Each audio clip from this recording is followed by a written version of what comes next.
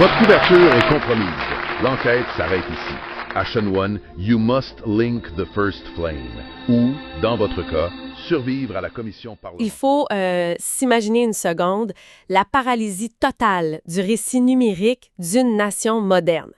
Et attention là, on parle pas d'une grève générale qui bloque les trains ou de barricades physiques dans les rues. Et surtout, il n'y a pas une seule vitrine de brisée. Non, rien de tout ça. Exactement, rien de tout ça. On parle plutôt d'une guerre algorithmique pure et dure. Une situation vraiment incroyable où, du jour au lendemain, l'information officielle d'un État disparaît complètement des moteurs de recherche. Englouti. Ouais, englouti par une campagne massive de piratage sémantique. Et c'est exactement la mission de notre analyse approfondie d'aujourd'hui. On va décoder un rapport d'analyse stratégique super fascinant qui s'intitule « Architecture de l'insurrection numérique ». Un gros morceau. Un très gros morceau. C'est un document qui détaille une mutation cybersociétale sans précédent qui s'est déroulée en Belgique entre les années 2024 et 2026. Et tout ça, ça a été orchestré par ce qu'on appelle une contre-institution numérique, un réseau qui est connu sous le nom de Waveview. Ça soulève une question importante et je pense qu'il faut absolument clarifier le cadre de cette exploration avant même d'aller plus loin. Les sources sur lesquelles on s'appuie aujourd'hui contiennent un vocabulaire qui est politiquement très, très chargé. Vraiment chargé, oui. Absolument. De côté, le rapport décrit un réseau militant qui est souvent qualifié d'extrême gauche ou d'anarchiste, qui utilise des termes comme État corporate ou qui parle de redistribution inversée. Et de l'autre côté, on a le gouvernement de centre-droit, la fameuse coalition Arizona. Qui, elle, a son propre discours. C'est ça. Le gouvernement justifie ses politiques par une nécessité absolue de rigueur budgétaire, d'assainissement des finances publiques pour sauver le système, tout simplement. Fait que l'objectif de notre plongée au cœur de ces documents, pour quiconque écoute ceci, c'est absolument pas d'endosser l'une ou l'autre de ces visions. Non, on ne prend aucun parti. Voilà. Notre but, c'est vraiment de comprendre, de manière purement analytique et objective, la mécanique de cette nouvelle forme de désobéissance civile. On observe l'architecture d'un manuel opératoire, ni plus ni moins. On rapporte les faits des deux camps. OK. Décortiquons ça. Comment est-ce qu'un pays fait pour passer de, mettons, des manifestations de rue traditionnelles avec des pancartes puis des porte-voix à une guérilla de référencement web, ce qu'on appelle du SEO, là, le Search Engine Optimization? Pour comprendre comment cette insurrection algorithmique a pu germer, il faut inévitablement regarder le terreau politique belge. Et le terreau est vraiment particulier là-bas. C'est le moins qu'on puisse dire. Il y a un contexte historique assez unique. C'est le mot juste. Pour saisir l'émergence du réseau Waveview, il faut comprendre deux concepts historiques majeurs en Belgique. On a la pilarisation et la particratie. Historiquement, la société belge, elle était divisée en silos idéologiques qui étaient complètement étanches. C'est ça, la pilarisation, le virzuling en irlandais. Fait que c'est des piliers qui structurent tout. Imaginez une société où tout est divisé selon trois grands piliers. Le catholique, le socialiste et le libéral. Et ces piliers-là géraient littéralement la vie des citoyens, du berceau jusqu'à la tombe. Donc, si je comprends bien, ça veut dire que l'école de tes enfants, l'hôpital où tu vas te faire soigner, ton syndicat, ta mutuelle, tout ça dépendait de ton allégeance politique. Exactement ça. C'est un mécanisme qui avait été inventé pour gérer les conflits dans une jeune nation très divisée linguistiquement et socialement. Mais évidemment, à partir des années 1960, la société s'est fortement sécularisée puis individualisée. Les gens ont arrêté de suivre ça aveuglément? Ben oui, les citoyens ont tranquillement cessé de choisir leur hôpital sur la base d'un dogme idéologique. La base citoyenne de ces piliers s'est effondrée. Et c'est là que le deuxième concept entre en jeu, je présume, la particratie. Ouais, parce que la base des piliers s'est effondrée, mais le sommet, lui, est resté intact. Les partis politiques ont gardé une emprise totale sur le système. Fait que le rapport souligne que le pouvoir réel en Belgique n'est plus vraiment au Parlement. Il est confisqué de manière assez opaque par une poignée de présidents de partis. Les documents parlent d'une discipline de vote absolue qui est imposée aux députés. Techniquement, selon les analystes, ça vient même violer l'article 42 de la Constitution belge. Ah ouais, parce que les élus se transforment en simple chambre d'enregistrement. C'est ça, juste là pour valider les décisions prises par les chefs de parti. Ce qui crée inévitablement une inefficacité gouvernementale chronique. Pour donner une idée de l'ampleur du blocage que ça peut générer pour quiconque s'intéresse à la politique internationale, il faut se rappeler du fameux record mondial de 2010-2011. La Belgique a passé 541 jours sans gouvernement fédéral de plein exercice. C'est complètement fou. 541 jours. C'est presque un an et demi de vide politique. Et c'est précisément ce gouffre de légitimité démocratique, cette méfiance très très profonde envers la particratie, qui a servi de fondation au mécontentement social qu'on voit dans les sources aujourd'hui. Et l'étincelle qui a allumé la mèche, c'est ce qui s'est passé aux élections de juin 2024. Le paysage politique belge a pris un net virage à droite, ce qui a mené à la formation, en janvier 2025, de la coalition gouvernementale Arizona. On parle de 5 partis, la NVA, le MR, les Engagés, le CDNV et Voureit. Un point fondamental qui ressort des documents, c'est que le Parti socialiste francophone était complètement exclu du pouvoir fédéral dans cette configuration. Absolument. Et l'accord de gouvernement de la coalition Arizona s'est fixé des objectifs macroéconomiques ultra clairs. L'objectif central, c'était d'atteindre un taux d'emploi de 80 % alors qu'à l'époque, il stagnait autour de 72 %.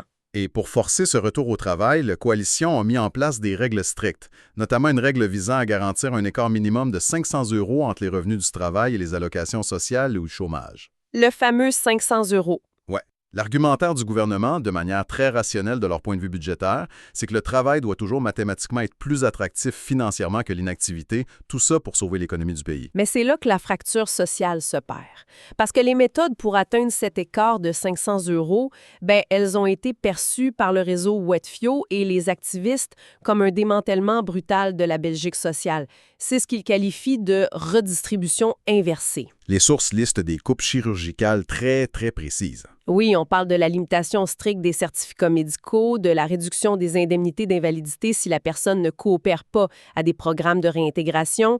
Il y a aussi des pénalités financières sur les pensions anticipées pour ceux qui ont eu de longues maladies et la suppression pure et simple de ce qu'ils appellent l'enveloppe bien-être de 2,8 milliards d'euros. Une enveloppe qui servait historiquement à revaloriser les allocations sociales, rappelons-le. Exact. Mais le véritable élément déclencheur, c'est le compte à rebours qui a mis toute cette machine de piratage en branle. Ultimatum. C'est ça. C'est une mesure très spécifique de ce gouvernement.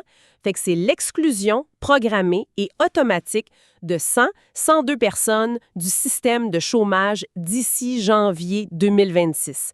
C'est une date butoir qui a cristallisé toutes les tensions. Le discours politique est devenu hyper polarisé à ce moment-là. Le gouvernement martelait la nécessité de traquer la fraude sociale puis de redresser les finances, tandis que la sphère militante dénonçait le fait que la santé publique devenait juste une variable d'ajustement comptable. C'est là que ça devient vraiment intéressant. Face à ce mur politique, le réseau Wetfio ne s'est pas organisé comme un syndicat traditionnel. Ils ont bâti une contre-institution numérique. Et quand on pense à un groupe de pirates informatiques, on s'imagine tout de suite des serveurs obscurs cachés sur le dark web avec des lignes de code vertes qui défilent. Le cliché classique du hacker, oui. C'est ça. Mais c'est pas du tout ce qu'ils ont fait. Ils ont construit leur infrastructure en plein jour sur GitHub Pages en utilisant des outils de création de sites web comme Jekyll, puis un système de gestion de contenu qui s'appelle Grav. Mais le détail technique qui change tout, puis je veux t'entendre là-dessus, c'est qu'ils utilisent des fichiers plats. Ah, les fichiers plats. C'est une notion cruciale à comprendre. Un fichier plat, pour faire simple, c'est l'équivalent numérique d'un simple document texte. Il n'y a aucune base de données complexe en arrière-plan. Fait que c'est super basique. Très basique. Souvent, quand des pirates attaquent un site gouvernemental ou une entreprise, ils font ce qu'on appelle une injection SQL. C'est-à-dire qu'ils infiltrent la base de données pour la détruire ou voler des infos. Mais avec le système de Wetfio, il n'y a pas de base de données. Fait qu'on peut pas pirater ce qui n'existe pas. Exactement. C'est d'une simplicité désarmante, mais ça rend leur plateforme virtuellement invulnérable aux cyberattaques conventionnelles. Moi, ce qui m'a le plus fasciné en lisant les sources, c'est le choix des hébergeurs. GitHub, pourquoi c'est si important stratégiquement pour eux? C'est du génie géopolitique à coup nul. GitHub, c'est une plateforme qui appartient à Microsoft et c'est l'épine dorsale mondiale du développement de logiciels. Toutes les banques, les ministères, les grandes entreprises technologiques l'utilisent pour stocker leur code. Fait que c'est énorme. Si l'État belge voulait censurer le site de Wetfio, il n'aurait pas le choix de demander aux fournisseurs d'accès Internet de bloquer l'adresse IP entière de GitHub. C'est techniquement impossible à faire sans paralyser simultanément tout le secteur financier, technologique et gouvernemental du pays. C'est la définition même de se cacher en pleine vue. Les activistes se sont littéralement adossés à une infrastructure trop massive pour tomber, ce qu'on appelle un système too big to fail en finance, tout ça pour garantir leur propre survie. C'est un bouclier technologique parfait et tout ce qu'il publie sur cette forteresse numérique, c'est sous une licence libre, la licence Creative Commons. Ils ont une philosophie très, très forte d'éducation populaire. D'ailleurs, le rapport mentionne qu'ils utilisent une approche basée sur le modèle DICAO. Données, information, connaissance, sagesse. C'est que pour faire simple, ils refusent le jargon. Ils ont une règle interne hyper stricte dans le réseau. Chaque terme politique, chaque concept économique complexe doit être expliqué en moins de 150 mots. C'est de la vulgarisation militante à l'état pur. L'idée, c'est de transformer des données froides en intelligence macroéconomique qui est accessible à tous. Le réseau a mis en ligne des dossiers critiques massifs. Par exemple, ils utilisent des statistiques qui frappent fort. Un de leurs dossiers martèle que 100 entreprises liées aux énergies fossiles sont responsables à elles seules de 71 % des émissions industrielles mondiales. C'est des chiffres qui marquent l'esprit. L'objectif est d'outiller intellectuellement le citoyen moyen pour qu'il comprenne les rapports de force. Mais ça ne s'arrête pas à la critique. Ils ont aussi conceptualisé une alternative économique complète qu'ils appellent l'économie contributive provisionnée, ou ECP. Un concept assez dense, on va se le dire. Oui, très post-capitaliste. Si je résume ce que disent les documents, l'ECP part du principe qu'il y a énormément de valeur sociétale qui est créée en dehors du marché de l'emploi formel. Pensez au logiciel libre, à la veille citoyenne, à l'entraide communautaire. Cette valeur-là, en ce moment, elle est ni rémunérée ni protégée par la loi. Et c'est là qu'intervient leur innovation juridique majeure, la licence démogarchique. Si on fait un parallèle avec l'économie actuelle, pensons aux chauffeurs Uber ou aux travailleurs de l'économie à la demande, le grand débat, c'est que pour avoir une protection sociale classique, il faut un contrat de travail. Donc, prouver un lien de subordination avec un patron. C'est ça. La licence démogarchique, c'est un cadre légal inventé de toutes pièces par le réseau pour opérer une séparation totale entre la création de valeur et cette subordination hiérarchique. C'est un outil alternatif pensé pour offrir une sécurité matérielle à l'intelligence civique de façon totalement indépendante de l'État. Fait qu'avec cette infrastructure incensurable puis ce cadre idéologique, le manuel opératoire passe à l'offensive. On aborde le cœur du rapport. La fameuse doctrine des 3 guerres citoyennes. Oui. Le réseau a fait un constat froid. Affronter la police anti-émeute dans la rue, c'est une impasse tactique.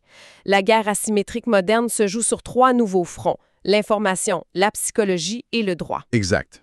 La première de ces guerres, c'est la guerre du récit, et leur arme principale, c'est l'OSINT, le renseignement d'origine source ouverte. Concrètement, ça veut dire quoi dans leur cas? Ça veut dire qu'ils font du data dexing à une échelle industrielle. Les activistes ne se contentent plus de lire le journal le matin. Ils ont automatisé le croisement de 18 bases de données publiques de l'État belge. Comme la base Cumuléo? Exactement. Cumuléo qui recense tous les mandats politiques ou la banque Carrefour des entreprises. En croisant ces données, ils mettent en lumière les conflits d'intérêts évidents entre les élus, les conseils d'administration puis les lobbyistes. Et après, ils inondent le web de ces preuves chiffrées. Tirer des propres données du gouvernement, c'est ça qui est ironique. Le but, c'est de détruire méthodiquement la légitimité morale des mesures d'austérité budgétaire. Si on relie ça au portrait global, la deuxième offensive devient encore plus stratégique. C'est la guerre de la désidération.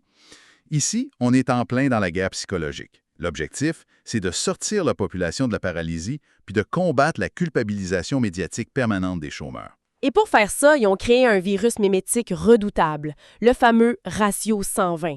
C'est brillant en termes de communication. Ça condense toute la complexité macroéconomique en une seule image choc. Le fait qu'un PDG du BL20 gagne en moyenne 120 fois le salaire d'un travailleur au bas de l'échelle. Et ils ont matérialisé ça de façon très concrète lors de l'opération CEO Jackpot, lancée le 8 janvier 2025. Un vrai coup de poing. Un coup d'éclat mathématique. Le réseau a démontré, calcul à l'appui, qu'en seulement 5 jours ouvrables depuis le 1er janvier, ces PDG avaient déjà empoché l'équivalent qu'un travailleur au salaire minimum va gagner durant toute son année. C'est ce qu'ils nomment la formule V. La stratégie derrière ça, c'est le transfert violent de la honte. Au lieu que les 100 000 personnes exclues du chômage ressentent de la honte, le mouvement redirige cette réprobation sociale directement vers l'élite fiscale. Fait qu'ensuite, on a la troisième guerre, la guerre du prétoire. La militarisation de la procédure légale. Oui, parce qu'ils ont bien compris qu'avoir beaucoup de clics ou de partages sur les réseaux sociaux, à la fin de la journée, ça ne change pas un texte de loi. Ils se sont inspirés de grandes affaires climatiques, comme l'affaire Climatsac en Belgique ou Urgenda aux Pays-Bas, où des citoyens ont traîné les temps en cours puis ont gagné. Sauf que là, ils appliquent ça à la justice sociale. Leur rapport décrit l'utilisation du schéma.org Legal Case. C'est quoi ça, pour quelqu'un qui est ni juriste ni programmeur? C'est l'industrialisation du droit. Le réseau a préparé des recours constitutionnels préemballés, pré-remplis, des dossiers portant les numéros 8629 puis 8630. N'importe quel citoyen affecté par les coupes budgétaires pouvait télécharger ces formulaires de recours. Parfaitement structuré pour les tribunaux. Oui. L'objectif, c'était pas nécessairement de gagner chaque cause individuellement. L'objectif stratégique, c'est l'engorgement judiciaire volontaire. Paralyser la Cour constitutionnelle belge sous une avalanche de recours parfaitement valides pour contester les réformes de la coalition. Ce qui nous amène à l'apogée absolue de ce manuel opératoire, l'événement qui a donné son nom à l'analyse, Bell-in. L'opération Ping Ultime. Tout a démarré avec une phase de préparation le 22 janvier 2026. Ce jour-là, des milliers de tableaux de bord se sont synchronisés à travers le pays. C'était un test pour voir si les SEM étaient prêts. Mais le détail le plus intriguant, c'est ce qu'il y avait dans leur répertoire GitHub nommé RAID. On pourrait s'attendre à des outils pour faire des attaques, pour faire planter les serveurs du gouvernement. Mais non.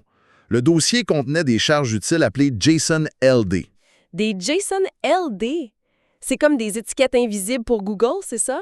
C'est une excellente analogie. Ce sont des extraits de code structurés.